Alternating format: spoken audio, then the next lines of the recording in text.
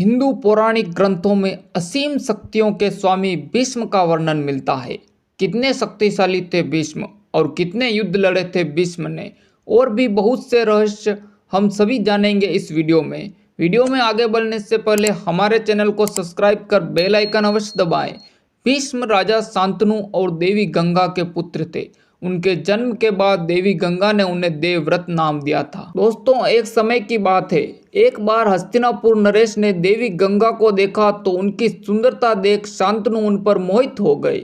इसके बाद उन्होंने गंगा के सामने विवाह का प्रस्ताव रख दिया, लेकिन गंगा ने विवाह से पहले शांतनु के सामने एक शर्त रखी कि वो जो भी करेगी न तो शांतनु उसके बारे में कुछ सवाल करेंगे और न ही उन्हें रोकेंगे। इसके बाद गंगा और शांतनु के कुल 7 संतानें हुई, जिसे देवी गंगा ने उन्हें नदी में बहा दिया। शांतनु वचनबद्ध होने के कारण देवी गंगा को कुछ नहीं कह पाए। गंगा को ऐसा करते देख राजा शांतनु अवसाद में रहने लगे। फिर गंगा ने अपने 8वें पुत्र भीष्म को जन्म दिया। जब गंगा उसे नदी में बहाने ले जा रही थी, तब राजा ने उन्हें रोक दिया। इस तरह राजा का वचन भंग हो गया और गंगा शर्त के अनुसार भीष्म को शांतनु को सौंपकर शांतनु को छोड़कर चली गई। जिसके बाद राजा शांतनु ने देवव्रत को हस्तिनापुर का राजकुमार घोषित कर दिया। कुछ दिन गुजरने के बाद राजा शांतनु को सत्यवती नाम की एक स्त्री से प्यार हो गया और उन्होंने उनसे विवाह करने का मन बना लिया। लेकिन सत्यवती के पिता ने राजा शांतनु से विवाह करने के लिए एक शर्त रख दी। शर्त के मुताबिक राजा शांतनु और उनकी बेटी सत्यवती का पुत्र ही हस्तिनापुर का उत्तराधिकारी बनेगा। तभी वह अपनी बेटी का हाथ राजा शांतनु के हाथ में देंगे। अपने पिता पर आए इस धर्म संकट को देखते हुए देवव्रत ने पिता के प्यार की खातिर अपना राज्य त्याग कर पूरे जीवन शादी न करने का प्रण ले लिया था, और ऐसे भीष्म प्रण और प्रतिज्ञा के कारण ही देवव्रत का नाम भीष्म हो गया।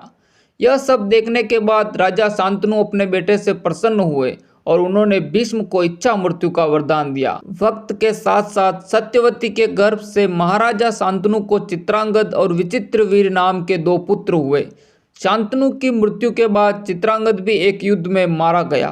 तब भीष्म बालक विचित्रवीर को सिंहासन पर बैठाकर खुद राजकार्य देखने लगे। विचित्रवीर के युवा होने पर भीष्म ने बलपूर्वक काशीराज की 3 पुत्रियों का हरण कर लिया, लेकिन उसमें से एक बड़ी राजकुमारी अंबा को छोड़ दिया गया क्योंकि वह साल्वराज को चाहती थी। अन्य दोनों अंबालिका और अंबिका का विवाह विचित्रवीर के साथ कर दिया गया। अंबा को जब साल्वराज ने नहीं अपनाया तो उसने परशुराम जी से शिकायत की।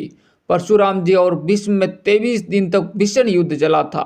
जब इन दोनों में कोई भी हार मानने को तैयार नहीं था, तब माता गंगा के कहने पर भीष्म ने परशुरापास्त्र का प्रयोग किया था। परशुरापास्त्र का मान रखने के लिए परशुराम जी ने युद्ध को रोक दिया।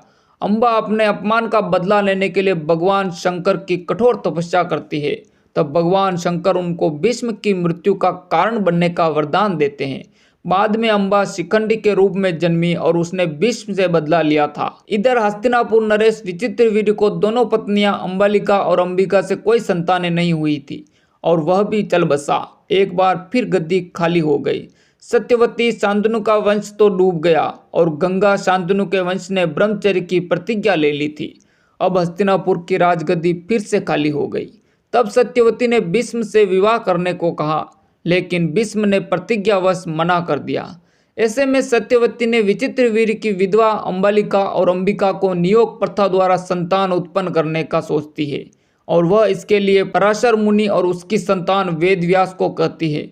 भीष्म की अनुमति लेकर सत्यवती अपने पुत्र वेदव्यास द्वारा अंबिका और अंबालिका के गर्भ से यथाक्रम धृतराष्ट्र और पांडु नाम के पुत्रों को उत्पन्न करवाती है। बाद में एक दासी से विदुर का जन्म होता है। वक्त के साथ साथ हस्तिनापुर के उत्तराधिकारी बड़े हो गए। कौरवों और पांडवों के बीच युद्ध हुआ। महाभारत के इस युद्ध में भीष्म पितामह ने अपना कर्तव्य निभाते हुए कौरवों का साथ दिया। भीष्म पितामह ने पूरी निष्ठा के साथ युद्ध में कौरवों की तरफ से युद्ध किया। इस युद्ध में पहले 10 दिनों तक कौरवों की ओर से गंगापुत्र भीष्म सेनापति थे। कुरुक्षेत्र का युद्ध आरंभ होने पर प्रधान सेनापति की हैसियत से भीष्म ने 10 दिन तक घोर युद्ध किया था। 10वें ही दिन इच्छा मृत्यु प्राप्त भीष्म द्वारा पांडवों के विनय पर अपनी मृत्यु का रहस्य बता देते हैं, और तब इस नीति के तहत युद्ध में भीष्म के सामने शिखंडी को उतारा जाता है।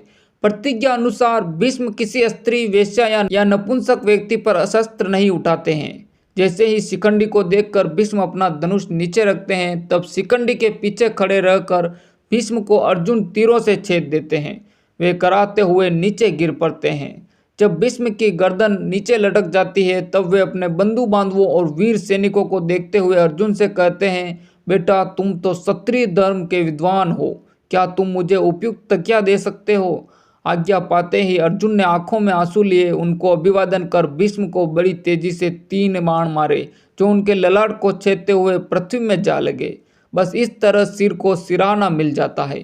इन बाणों का आधार मिल जाने से सिर के लटकते रहने की पीड़ा जाती रही, लेकिन सरसैया पर लेटने के बाद भी भीष्म ने प्राण नहीं त्यागे।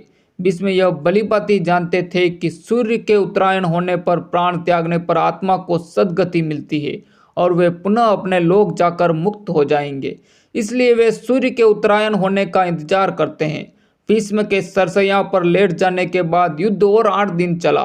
भीष्म यज्ञपी सरसैया पर पड़े हुए थे, फिर भी उन्होंने श्री कृष्ण के कहने से युद्ध के बाद युधिष्ठिर का शोक दूर करने के लिए राजधर्म, मोक्ष धर्म और आप धर्म आदि का मूल्यवान उपदेश बड़े विस्तार के साथ दिया। इस उपदेश को सुनने से युधिष्ठिर के मन से ग्लानि और पश्चाताप दूर हो जाता है। यह उपदेश ही भीष्म नीति के नाम से जाना जाता है।